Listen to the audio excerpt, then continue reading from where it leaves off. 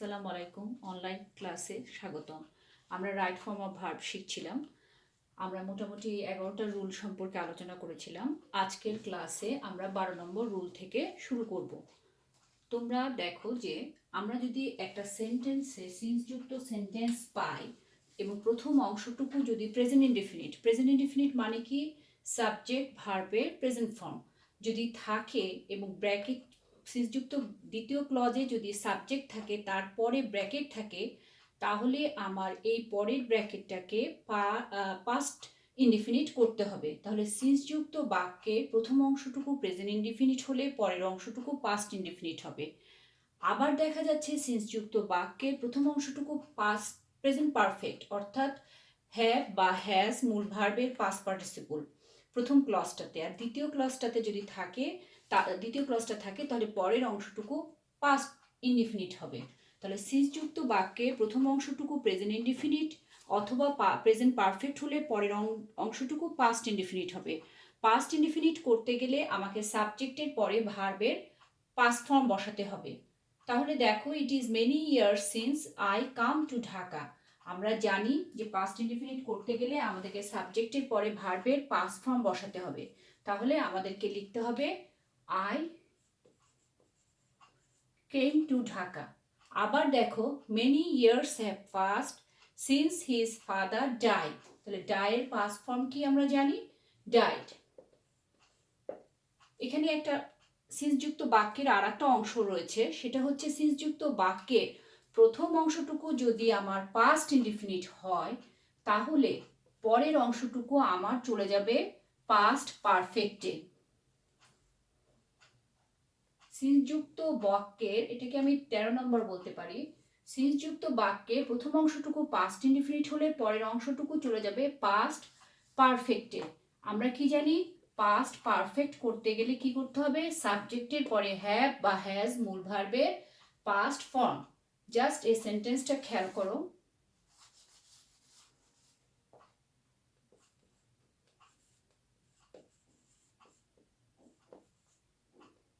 এখানে যদি আমাদের শুধুমাত্র ভার্বের পাস্ট ফর্ম, তার মানে কি পাস্ট ইনডিফিনিট হয়, তাহলে পরের অংশটুকু আমাকে পাস্ট পারফেক্টে করতে হবে। তাহলে I had come, it was many years since I had come to Rajshahi. তাহলে আমরা কি শিখলাম, সিন্সযুক্ত বাক্যে প্রথম অংশটুকু প্রেজেন্ট ইনডিফিনিট বা প্রেজেন্ট পারফেক্ট হলে পরের অংশটুকু পাস্ট ইনডিফিনিটে চলে যাবে। আবার কি হবে, সিন্সযুক্ত বাক্যে প্রথম অংশটুকু যদি পাস্ট ইনডিফিনিট হয় পরের অংশটুকু আমার চলে যাবে পাস্ট পারফেক্টে। এবার 14 নম্বর রুলে দেখো, হোয়াইল, এগুলো যে কটা রুল আমি প্রথম দিকে শিখাচ্ছি, আমি যে কটা রুল করাবো সেইটা আমাদের প্যাসেজ রাইট ফর্ম অফ করতে গেলে লাগে। এইখানে খেয়াল করো যে হোয়াইল যুক্ত যদি বাক্য থাকে এবং হোয়াইলের পরপরই যদি আমার ভার্ব থাকে তাহলে কি করতে হবে, তাহলে আমাকে এটার সাথে আইএনজি যুক্ত করতে হবে। কিন্তু হোয়াইলের পরে যদি সাবজেক্ট থাকে এবং তারপরে যদি ভার্ব থাকে তাহলে আমাকে সেই সেন্টেন্সটাকে পাস্ট কন্টিনিউয়াস টেন্সে করতে হবে। আবার বলছি, হোয়াইল যুক্ত সেন্টেন্সে যদি হোয়াইলের পরপরই ভার্ব ব্র্যাকেটে ভার্বটা থাকে তাহলে আমাকে কি করতে হবে, প্রেজেন্ট পার্টিসিপল করতে হবে। দুটো সেন্টেন্সের মধ্যে পার্থক্য দেখো, while walk in the garden a snake bite him, while he walk in the garden a snake bit him. এখন দেখো, প্রথমে আছে হোয়াইল, তারপরে আছে ওয়াক, তাহলে আমার এখানে বলছে ব্র্যাকেটের পরে ভার্ব, তাহলে আমি কি করলাম, এখানে জাস্ট আইএনজি যুক্ত করলাম। কিন্তু এখানে আছে হোয়াইলের পরে সাবজেক্ট আছে, আমাকে বলেছে হোয়াইলের পরে সাবজেক্ট থাকলে আমাকে পাস্ট কন্টিনিউয়াস টেন্স করতে হবে।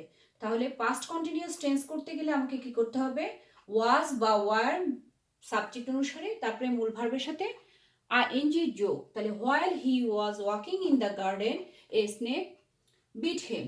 লিস্টযুক্ত যদি বাক্যের পরে যে সাবজেক্ট থাকে তারপরে শুড বসে এবং ভার্বের প্রেজেন্ট ফর্ম বসে, শুড বসে এবং ভার্বের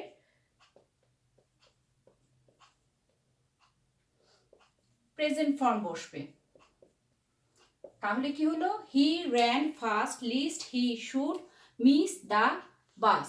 তাহলে লিস্টযুক্ত যদি বাক্য থাকে আমাকে সাবজেক্টের পরে শুড বসাতে হবে, তারপরে ভার্বের প্রেজেন্ট ফর্ম বসাতে হবে। এরপর চলে যাই আমরা অন্য নিয়মে।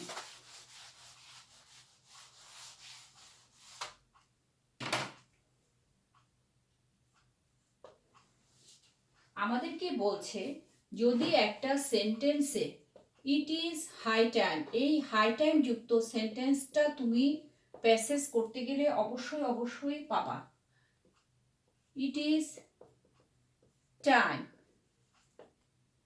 ফ্যান্সি ইত্যাদি যুক্ত যদি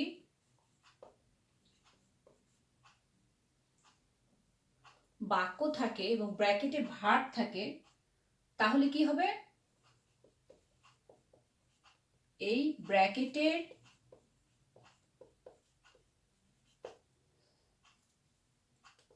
ভার্বটার পাস্ট ফর্ম বসবে। পাস্ট ফর্ম মানে কি?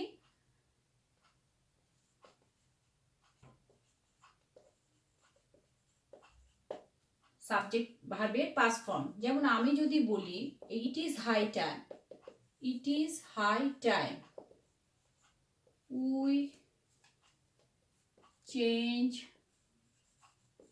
Hour old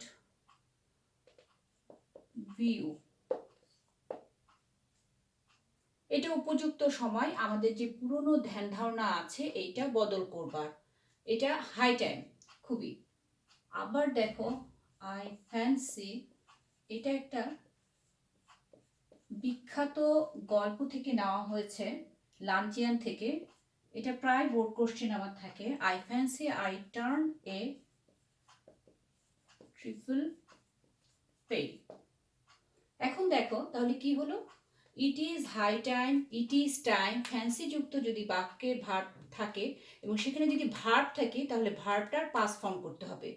it is high time we change, চেঞ্জের পাস্ট ফর্ম কি? চেঞ্জড।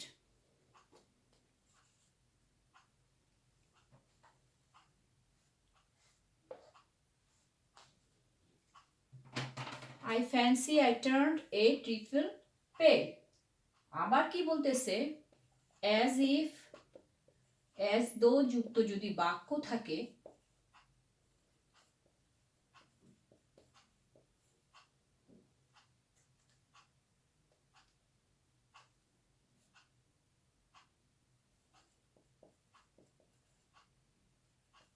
এবং শর্ত হচ্ছে যে আমার ব্র্যাকেটে যদি টু বি ভার্ব দিতে বলে,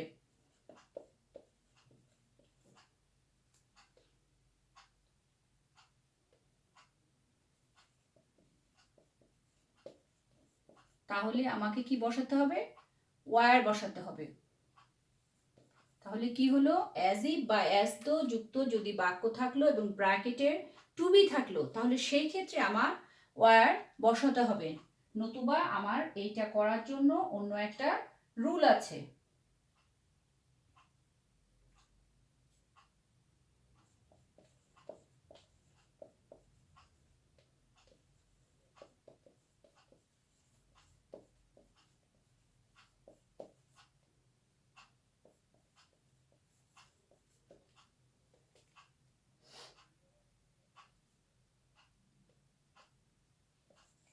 কমন একটা বাক্য তোমরা ক্লাস 5-6 থেকে করে আসছো, আই উইশ, আমি যদি রাজা হতে পারতাম। তাহলে অ্যাজ ইফ বা অ্যাজ যুক্ত বাক্য থাকলে ব্র্যাকেটে যদি থাকে টু বি, তাহলে আমি ওয়ার বসাবো। He talks as if he to be a leader, তাহলে অ্যাজ ইফ আছে সেই ক্ষেত্রে আমার তারপরে টু বি আছে, তাহলে আমি টু বির জায়গাতে বসাবো ওয়ার।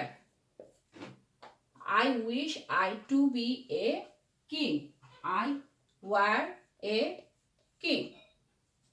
এরপর দেখো অ্যাজ ইফ বা অ্যাজ যুক্ত বাক্য যদি থাকে, প্রথম অংশটুকু যদি আবার পাস্ট ইনডিফিনিট হয়, তাহলে সেই ক্ষেত্রে আমরা, বা প্রেজেন্ট ইনডিফিনিট হয়, তাহলে সেই ক্ষেত্রে আমরা কি করতে পারি?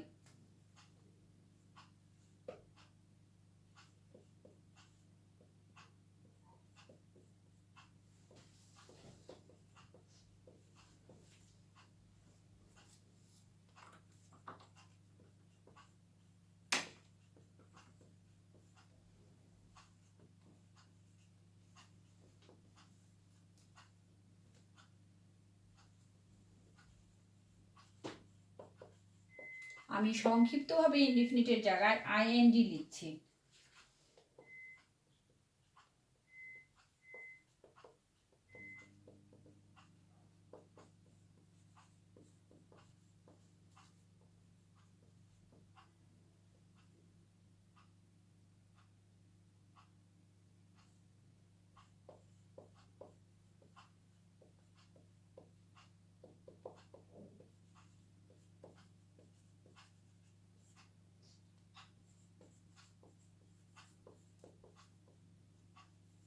আবার আমাকে বলতেছে অ্যাজ ইফ বা অ্যাজ তোর যদি প্রথম অংশটুকু পাস্ট ইনডিফিনিট হয় তাহলে পরের অংশটুকু আমার পাস্ট পারফেক্টে চলে যাবে।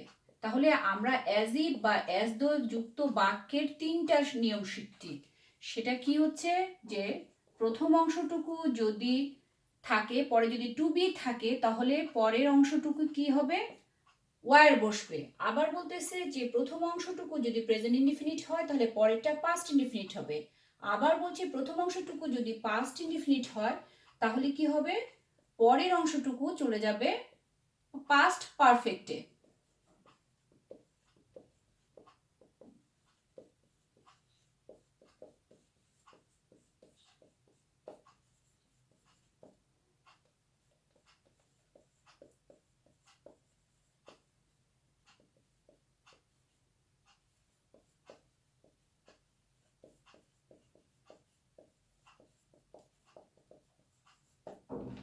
খেয়াল করি একটু,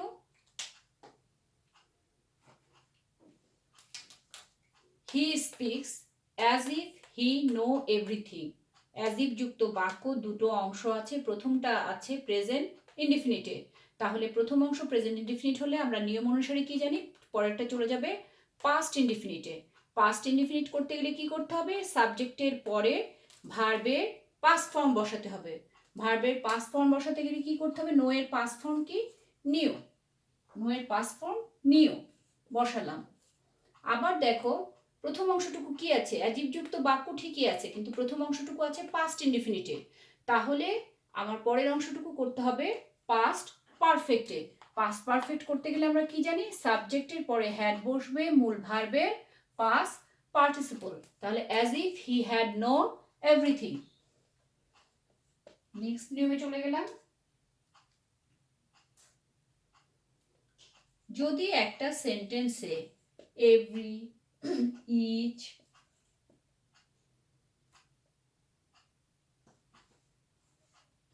অন অফ থাকে, তাহলে কি করতে হবে, আমার অন অফের পরে আমরা জানি যে আমার নাউনটা প্লুরাল হয়, কিন্তু আমার ভার্বটা হবে সিঙ্গুলার। তাহলে এভরি, ইচ, অন অফ যুক্ত যদি থাকে তাহলে আমার ব্র্যাকেটের ভার্বে সিঙ্গুলার ফর্ম বসবে।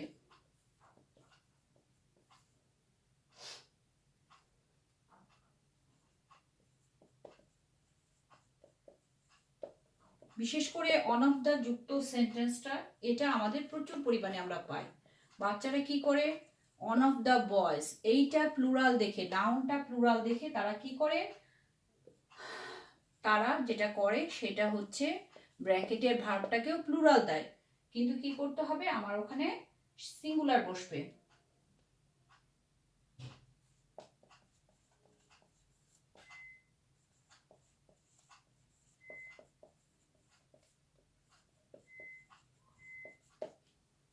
তাহলে এভরি, ইচ, অন অফ থাকলে ব্র্যাকেটের ভার্বের সিঙ্গুলার হয়। অন অফ দ্য বয়েজ, আবার বলছি অন অফ দ্য বয়েজ, এই অন অফ যুক্ত আমাদের সেন্টেন্স বোর্ড কোশ্চেনে আমরা অনেক পাবো। আমাদের নাউন প্লুরাল হবে কিন্তু ভার্ব সিঙ্গুলার হবে। On of the boys was absent, everybody love flower.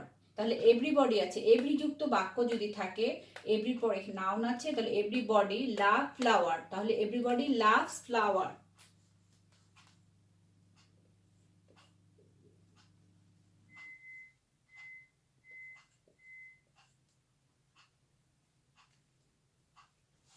আমরা 21 নম্বর নিয়মে চলে যাই।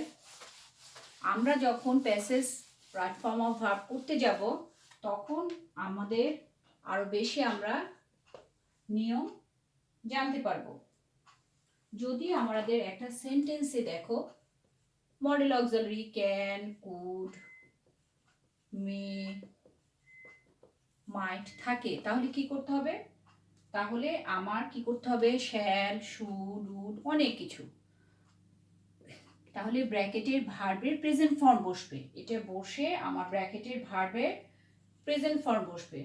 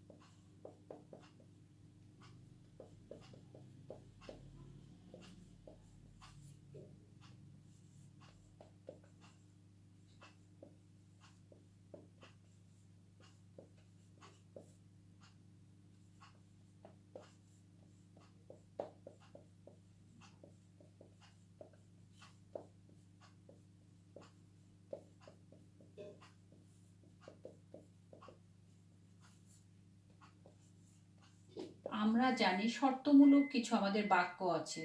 শর্তমূলক বাক্য মানে দুটো ক্লজ থাকবে, একটা আর একটার উপর নির্ভরশীল হবে, সেখানে শর্ত দেওয়া যাবে। আমরা কি করি? আমরা বলি যে যদি তুমি আসো তাহলে আমি যাব, বা যদি তুমি আমাকে খাওয়াও তাহলে তোমাকে আমি এটা দিব। এ ধরনের আমরা প্রায় কথা বলে থাকি, মানে একটা শর্ত জুড়ে দিই, যেটা কি করা হয়, যে বলা হয় যে একটা আর একটার উপর নির্ভরশীল করা হয়। হ্যাঁ, যদি তুমি না আসো তাহলে আমি যাব না। হ্যাঁ, যদি মা গল্প না বলে তাহলে ছোট বাচ্চারা বলে আমি খাবো না। তো এইগুলোকে বলা হয় শর্তমূলক বাক্য। এরকম তিনটা আমাদের স্ট্রাকচার আছে যুক্ত বাক্যে। তাহলে কি বলা হচ্ছে 21 নম্বর নিয়মে? দেখো যে 21 নম্বর নিয়মে আমাকে শেখাচ্ছে যে can, could, may, might, shall, should, will, would যদি থাকে তাহলে ব্র্যাকেটের ভার্বের প্রেজেন্ট ফর্ম বসবে। তাহলে এই যে মডেল অক্সিলারি গুলো আছে তার পরপরই যে ভার্বগুলো আছে, তার মেইন ভার্বগুলো যে আমার আছে সেটার প্রেজেন্ট ফর্ম বসবে। সেই ক্ষেত্রে আমাকে কিছুই করতে হবে না, জাস্ট ব্র্যাকেটটা উঠিয়ে দিতে হবে।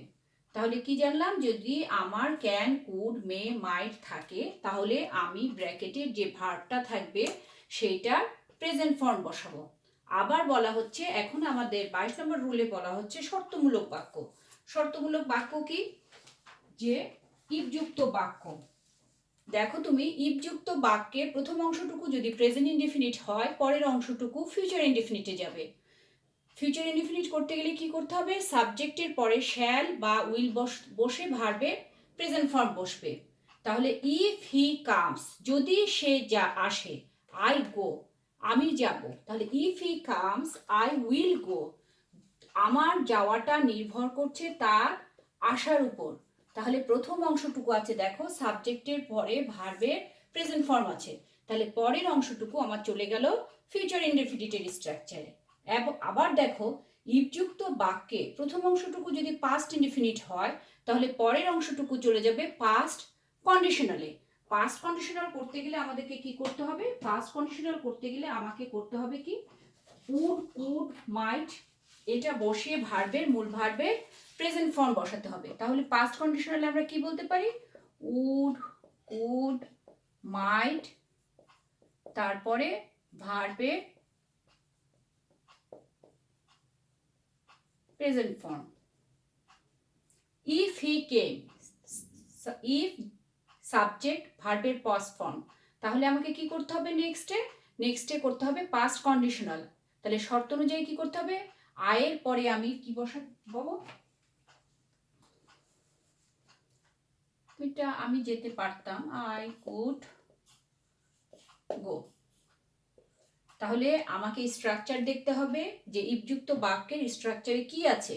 প্রথম অংশটুকু যদি প্রেজেন্টে থাকে পরেরটা ফিউচারে করব, প্রথম অংশটুকু যদি পাস্টে থাকে পরেরটা পাস্ট কন্ডিশনালে করব। পাস্ট কন্ডিশনালে যখনই আমি করতে যাব তখনই আমাদেরকে মাথায় রাখতে হবে যে আমাকে কি করতে হবে, সাবজেক্টের পরে উড কুড বসে ভার্বের প্রেজেন্ট ফর্ম বসাতে হবে। এগেইন ইফযুক্ত যদি বাক্য থাকে প্রথম অংশটুকু যদি পাস্ট ইনডিফিনিটে থাকে তাহলে পরের অংশটুকু আমার পাস্ট পারফেক্ট কন্ডিশনালে যাবে। তাহলে কি বললাম, প্রথম অংশটুকু যদি পাস্ট ইনডিফিনিটে থাকে পরের অংশটুকু পাস্ট পারফেক্ট কন্ডিশনালে যাবে। এখন তোমরা বলবা যে পাস্ট পারফেক্ট কন্ডিশনাল করতে গেলে কি করতে হবে, তাহলে would have, could have, might have ভার্বের পাস্ট পার্টিসিপল ফর্ম করতে হবে।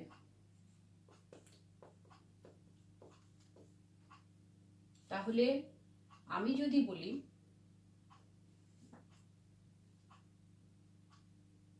সরি এখানে একটু পাস্ট পারফেক্ট হবে, প্রথম অংশটুকু যদি পাস্ট পারফেক্ট হয় পরের অংশটুকু পাস্ট পারফেক্ট কন্ডিশন।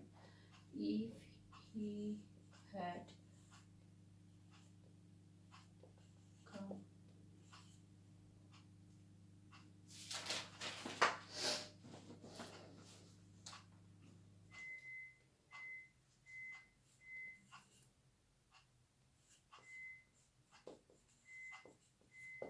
দেখো এখানে একটু ভুল হয়েছিল। প্রথম অংশটুকু যদি ইফযুক্ত বাক্যের, আর 24 নম্বর নিয়মে ইফযুক্ত বাক্যের প্রথম অংশটুকু পাস্ট পারফেক্ট হয়, আমরা তো পাস্ট ইনডিফিনিটের নিয়ম শিখেই গেছি।